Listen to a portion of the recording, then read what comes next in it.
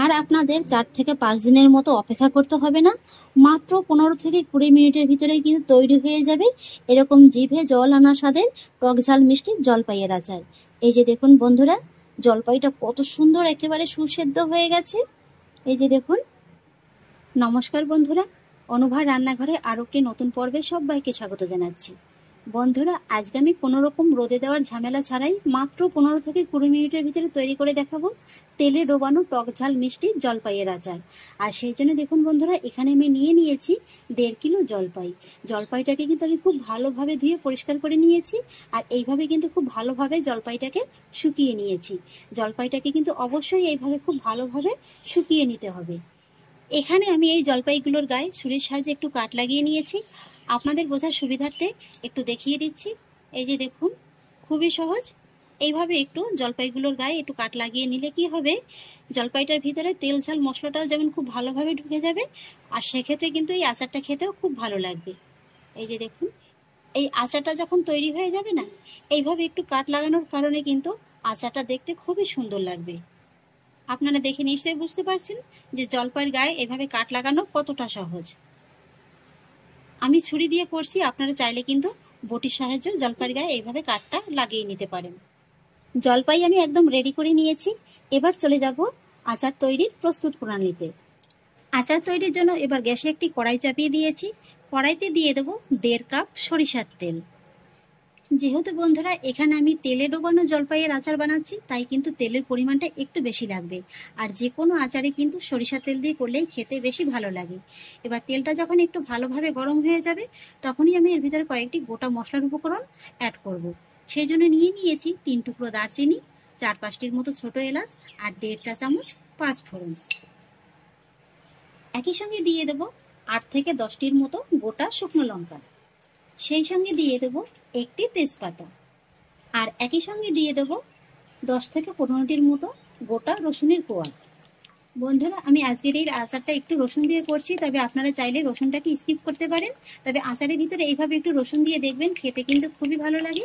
এবার আমি এই মশলার উপকরণগুলোকে ফোড়নগুলোকে একটু ভালোভাবে ভেজে নেব। ফোড়নগুলোকে আমি খুব সুন্দর করে ভেজে নিয়েছি, আর এবার গ্যাসের ফ্লেমটাকে একেবারে কমিয়ে দেব। আর তারপর এর ভিতরে অ্যাড করব 1.5 চা চামচ আদা রসুন বাটা। আদা রসুনটাকে তেলের সঙ্গে একবার ভালোভাবে নেড়ে চেড়ে মিশিয়ে নেব।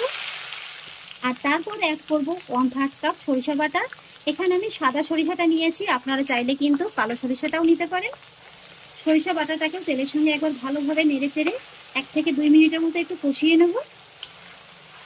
এই যে দেখুন বন্ধুরা, এখানে সরিষার তেলটা ব্যবহার কারণে কিন্তু তেলের ভিতরে অনেকটা ঝাঁক উঠেছে। এতে কিন্তু ভয় পাওয়ার কিছু নেই, এই ঝাঁকটার কারণেই কিন্তু আচারটা খেতে আরো বেশি ভালো লাগবে।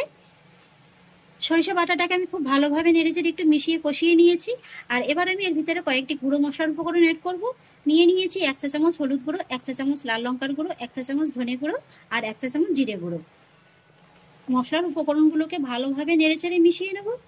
এইভাবে একটু এই গুঁড়ো মশলাগুলো দিলে আচারটা দেখতেও যেমন খুব ভালো লাগে, আর খেতেও কিন্তু খুব ভালো লাগে। গুঁড়ো মশলাটাকে এইভাবে একটু নেড়েচেড়ে মিশিয়ে নেওয়ার পরে এর ভিতরে অ্যাড করব কেটে ধুয়ে রাখা জলপাইগুলো। তেলের সঙ্গে জলপাইগুলোকে খুব ভালোভাবে নেড়েচেড়ে মিশিয়ে নেব। জলপাইগুলোকে তেলের সঙ্গে খুব ভালোভাবে মিশিয়ে নিয়েছি।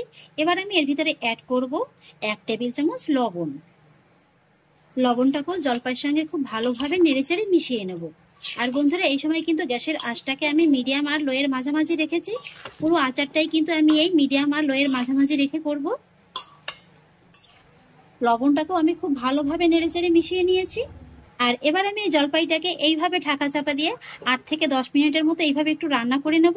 বন্ধুরা, খেয়াল রাখবেন এই আচার তৈরিতে কিন্তু কোনো রকমের জলের ব্যবহার করা যাবে না, তাই গ্যাসের ফ্লেমটাকে কিন্তু মিডিয়াম আর লোয়ের মাঝামাঝি রেখেই আচারটাকে তৈরি করে নিতে হবে। ফিরে এলাম 10 মিনিট বাদে, ঢাকাটাকে তুলে নিচ্ছি। যেহেতু আচারটা একদম জল ছাড়া তৈরি করতে হবে, তাই কিন্তু মাঝে মাঝে এইভাবে একটু 10 মিনিটের ফাঁকে ঢাকাটাকে তুলে নেড়েচেড়ে দিতে হবে, তা না হলে কিন্তু আবার তলানিতে মশলাটা পুড়ে যেতে পারে। আর একবার এইভাবে ভালোভাবে নেড়েচেড়ে নেব। আর তারপর এই জলপাইয়ের ভিতরে আমি অ্যাড করব 1.5 কাপ চিনি। চিনিটাকে জলপাইয়ের সঙ্গে খুব ভালোভাবে নেড়েচেড়ে মিশিয়ে নেব।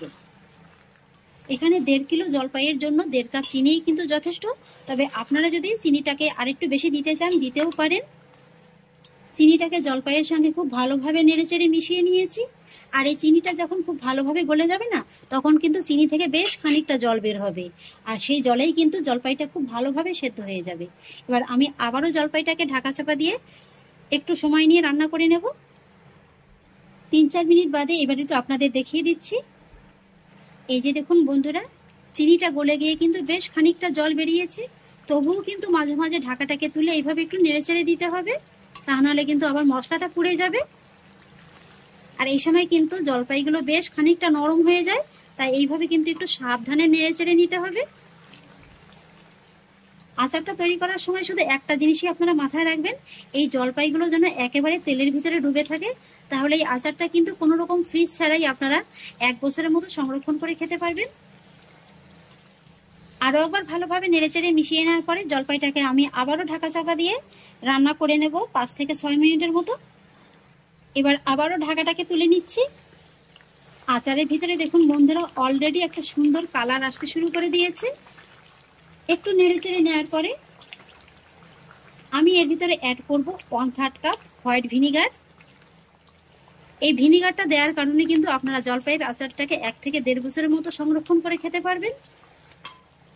আর তারপরে অ্যাড করব 1.5 চা চামচ পাঁচফোড়নের গুঁড়ো। এখানে আমি পাঁচফোড়নটাকে শুকনো খোলায় একটু তেলে শিলনোড়াতে একটু ভালোভাবে গুঁড়ো করে রেখেছিলাম। আর তারপরে অ্যাড করব 1/2 চা চামচ বিট লবণ। যে কোনো আচারে একটু শেষের দিকে বিট লবণ দিয়ে দেখবেন, খেতে কিন্তু খুবই ভালো লাগে। তবে হাতের কাছে যদি না থাকে না দিলেও চলবে।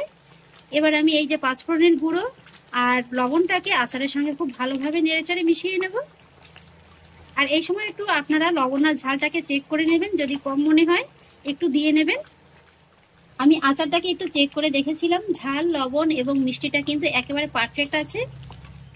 আপনাদের একটু দেখিয়ে দিচ্ছি যে জলপাইগুলো ঠিক কেমন সেদ্ধ হয়েছে। জলপাইগুলো কিন্তু একেবারে পারফেক্টলি খুব ভালোভাবে সেদ্ধ হয়ে গেছে।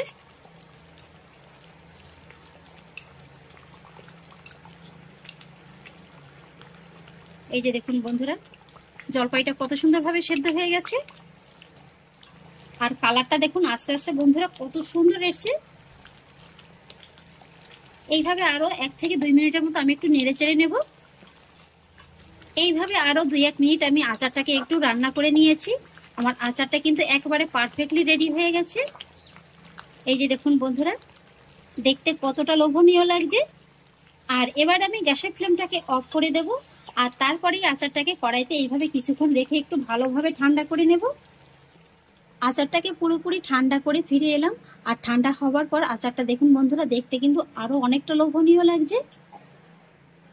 তৈরি হয়ে গেল রোদে দেওয়ার কোনো রকম ঝামেলা ছাড়াই টক ঝাল মিষ্টি জলপাইয়ের আচার। এইভাবে একবার বেশি করে তৈরি করুন আর সারা বছর জুড়ে সংরক্ষণ করে খান। আর আচারগুলো তৈরি করে যদি এইভাবে একটা পরিষ্কার কাচের বয়ামের ভিতরে রাখতে পারেন, তাহলে কিন্তু আরো ভালো হয়। আপনারা দেখে নিশ্চয়ই বুঝতে পারছেন যে আমি কত সহজ উপায়ে এই টক ঝাল মিষ্টি জলপাইয়ের আচার তৈরি করে নিয়েছি।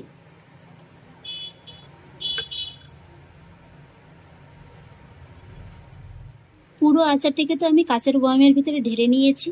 আর দেখতে দেখুন বন্ধুরা কতটা লোভনীয় লাগছে। কি বন্ধুরা, দেখে এখনই জিভে জল চলে আসলো তো। এই আচারটা বয়ামে ভরার সময় শুধু একটা জিনিসই মাথায় রাখবেন, তেলটা যেন জলপাইয়ের উপরে থাকে। তাহলে কিন্তু আচারটা আপনারা 1 বছর কেন 3 বছরের মতোও কিন্তু সংরক্ষণ করে খেতে পারবেন। তাহলে আশা করছি বন্ধুরা, আমার আজকের এই জলপাইয়ের আচার রেসিপি আপনাদেরও খুব ভালো লেগেছে। যদি ভালো লেগে থাকে তাহলে আমাকে অবশ্যই একটা লাইক এবং কমেন্ট করবেন, সেই সঙ্গে বন্ধুদের সঙ্গে শেয়ার করবেন। আর প্লিজ বন্ধুরা, যদি আমার পরিবারের নতুন সদস্য হয়ে থাকেন তাহলে একটা সাবস্ক্রাইব করে পাশে থাকা বেল আইকনটি প্রেস করে দেবেন। ফিরে আসছি এরকমই পরের অন্য কোনো নতুন রেসিপি নিয়ে। সবাই ভালো থাকুন, সুস্থ থাকুন, ধন্যবাদ।